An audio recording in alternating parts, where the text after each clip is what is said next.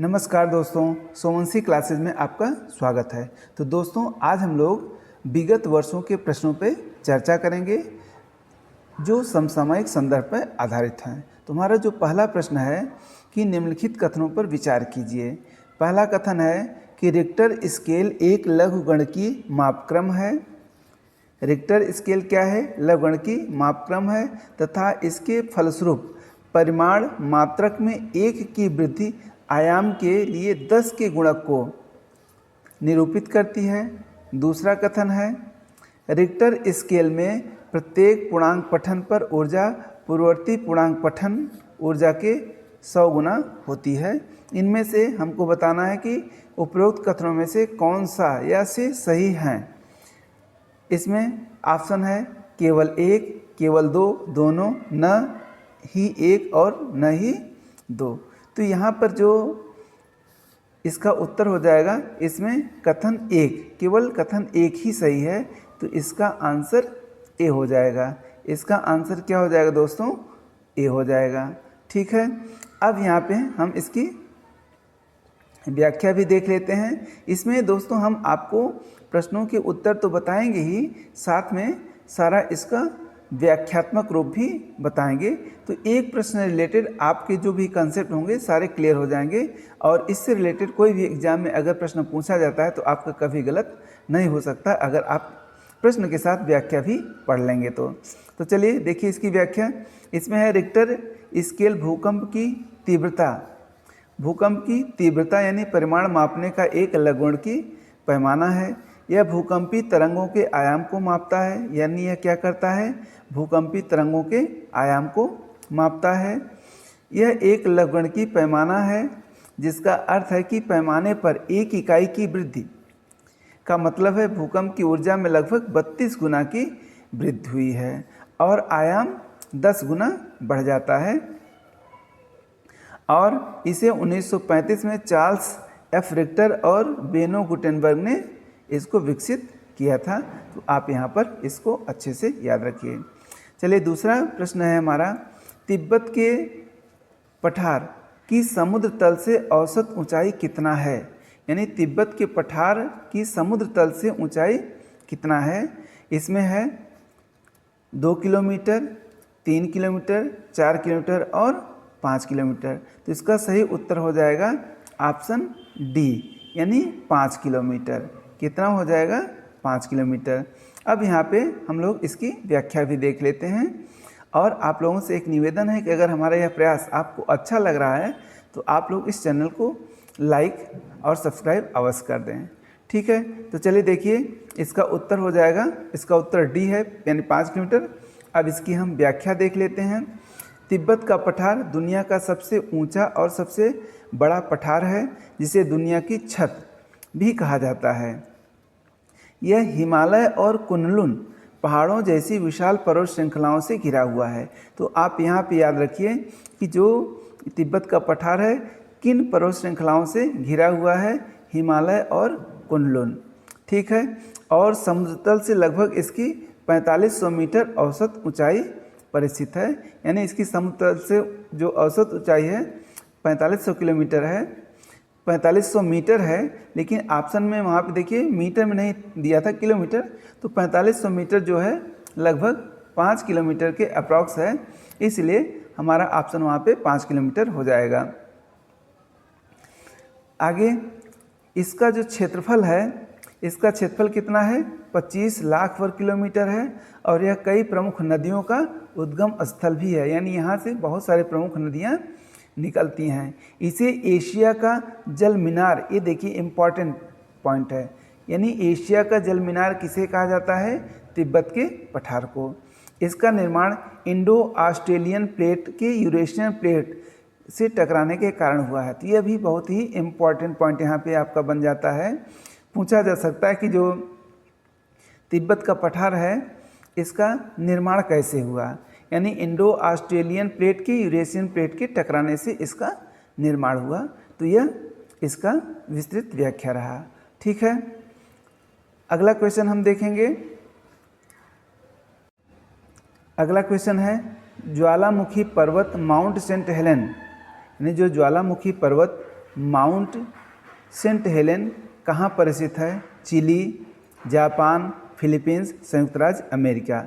तो इसका उत्तर क्या हो जाएगा बताइए? इसका उत्तर हमारा हो जाएगा संयुक्त राज्य अमेरिका, यानी ऑप्शन डी सही हो जाएगा।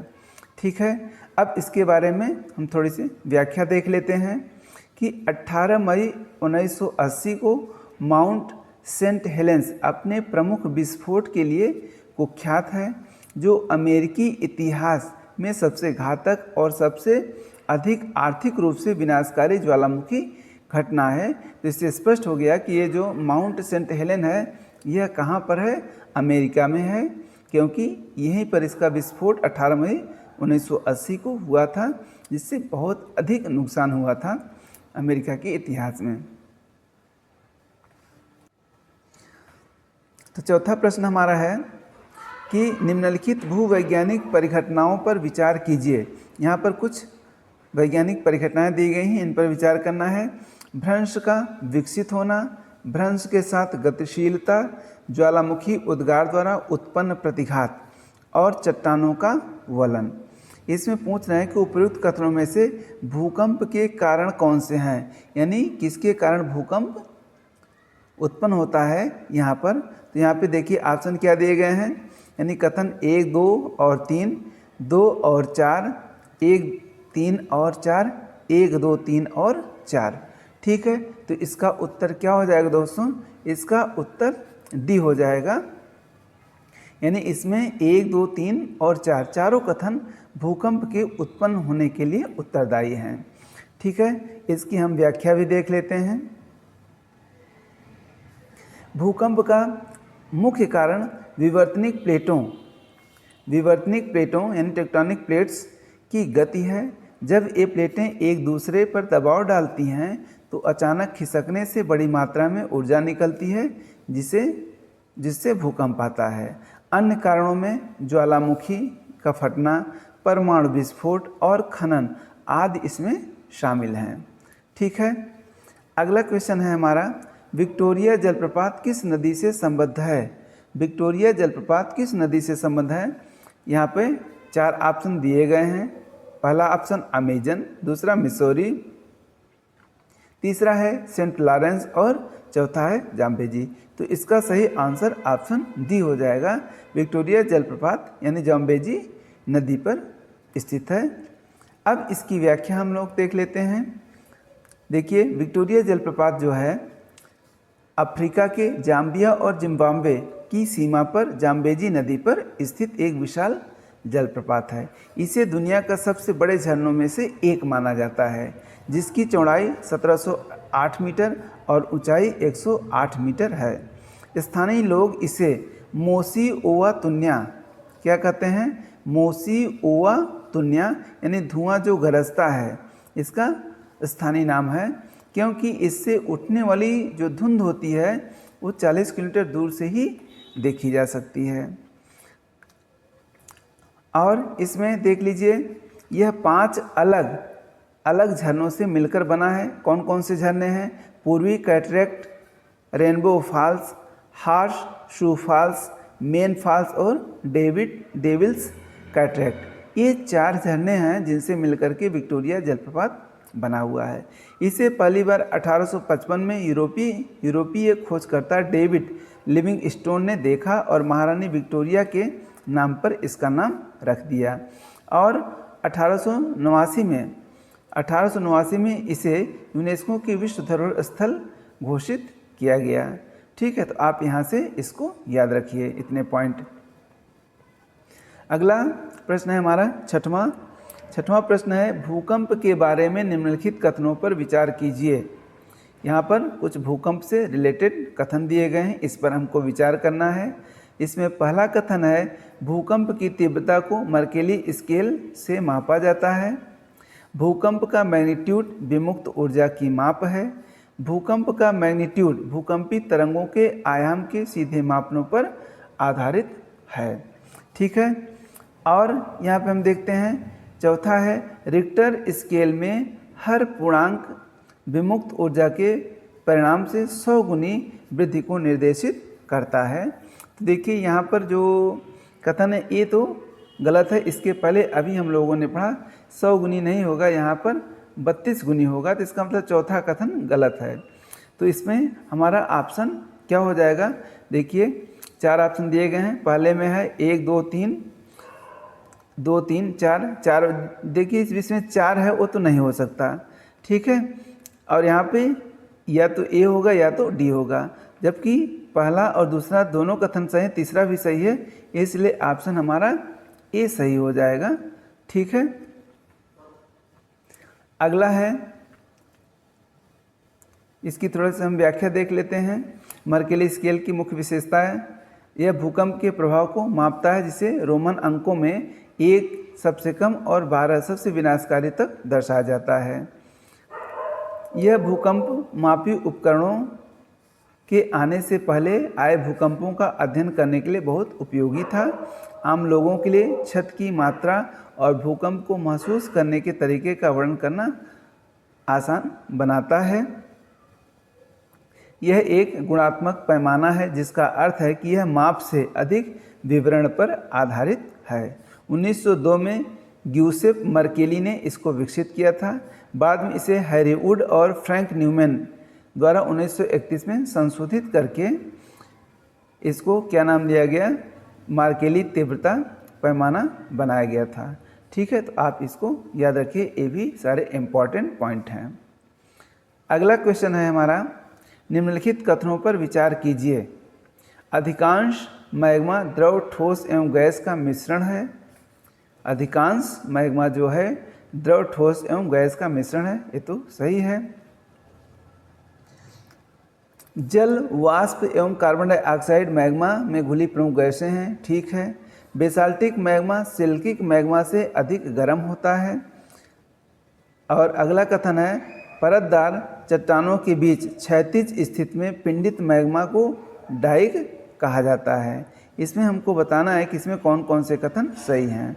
देखिए इसमें हमारा कौन कौन सा कथन सही है। पहला देख लेते हैं, अधिकांश मैग्मा द्रव, ठोस एवं गैस अवस्था में मिलता है, ये सही है। जल, वाष्प एवं कार्बन डाइऑक्साइड मैग्मा में घुली प्रमुख गैसें हैं, ये भी सही है।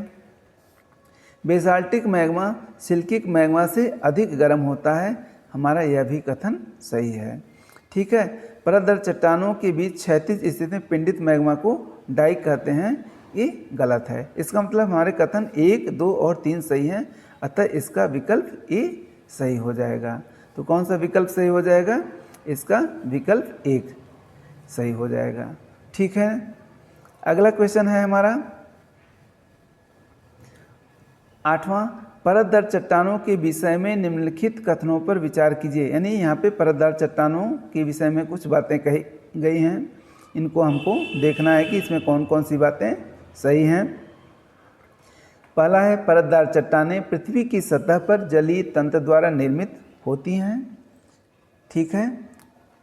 परतदार चट्टानों के निर्माण में पूर्व विद्यमान चट्टानों का क्षरण सम्मिलित होता है।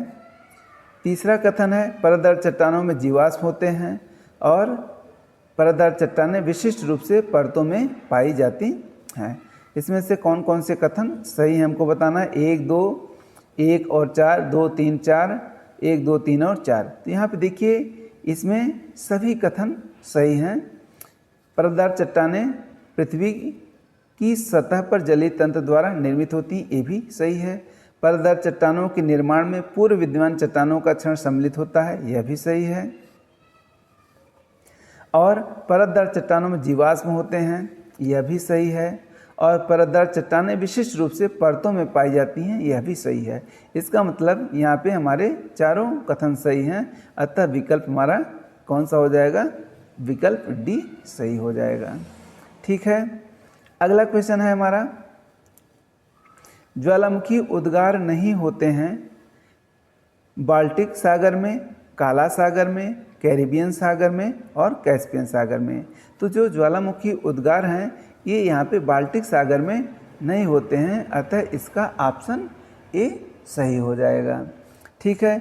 अब इसकी थोड़ी सी हम व्याख्या देख लेते हैं कि ऑस्ट्रेलिया, यहाँ आप देखिए ऑस्ट्रेलिया और बाल्टिक सागर में ज्वालामुखी उद्गार नहीं होते हैं। बाल्टिक सागर और ऑस्ट्रेलिया दोनों में ज्वालामुखी उद्गार नहीं होते हैं। इसके अतिरिक्त कैनेडियन शील्ड जैसे क्षेत्र जहां बहुत लंबे समय से कोई ज्वालामुखी गतिविधि नहीं हुई है और विलुप्त या निष्क्रिय ज्वालामुखी भी ज्वालामुखी उद्गार के उदाहरण हैं। यहाँ आप देखिए, ऑस्ट्रेलिया महाद्वीप में कोई भी सक्रिय ज्वालामुखी नहीं है। बाल्टिक सागर यह महाद्वीप का वह हिस्सा है जहाँ ज्वालामुखी नहीं पाए जाते। क्यों नहीं पाए जाते? क्योंकि यहाँ पे जो टेक्टोनिक प्लेटें हैं की सीमा पर ये नहीं स्थित है, इस वजह से। कैनेडियन शील्ड में क्यों उद्गार नहीं होते? यहाँ पे कम से कम 120 मिलियन वर्षों से कोई ज्वालामुखी गतिविधि नहीं हुई है।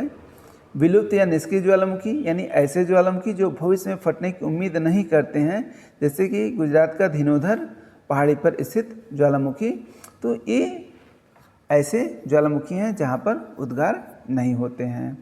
ठीक है, अगला क्वेश्चन है कि क्वार्टजाइट कायांतरित होता है। क्वार्टजाइट किससे कायांतरित होता है? चूना पत्थर में, ऑब्सीडियन से, बलुआ पत्थर से, शैल से। तो इसका ऑप्शन हमारा क्या हो जाएगा दोस्तों? इसका ऑप्शन हमारा सी हो जाएगा, यानी ये बलुआ पत्थर से कायांतरित होता है। ठीक है, तो अब थोड़ा सा हम क्वार्टजाइट के बारे में देख लेते हैं, इसकी व्याख्या देख लेते हैं। जो क्वार्टजाइट है, क्वार्टजाइट एक कठोर और घनी रूपांतरित चट्टान है जो मुख्य रूप से क्वार्टज से बनी होती है, जो समय के साथ अत्यधिक ताप और दबाव के कारण बलुआ पत्थर के रूपांतरण से बनती है। तो ये जो क्वार्टाइज है किस पत्थर से रूपांतरण से बनती है? बलुआ पत्थर के रूपांतरण से।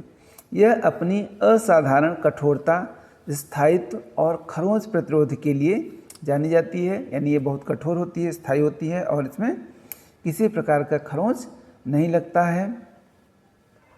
अपनी ताकत और सौंदर्य के कारण इसका उपयोग अक्सर निर्माण में, विशेष रूप से रसोई, काउंटर टॉप्स और अन्य यातायात वाली सड़कों के लिए किया जाता है। ठीक है, तो आज हमारे ये 10 महत्वपूर्ण प्रश्न हैं। अगर हमारी सीरीज आपको अच्छी लगती है तो आप लोग इस चैनल को सब्सक्राइब अवश्य कर लें। ठीक है, तो चलिए हम लोग मिलते हैं अगले वीडियो में। तब तक आप लोग पढ़ाई करते रहिए।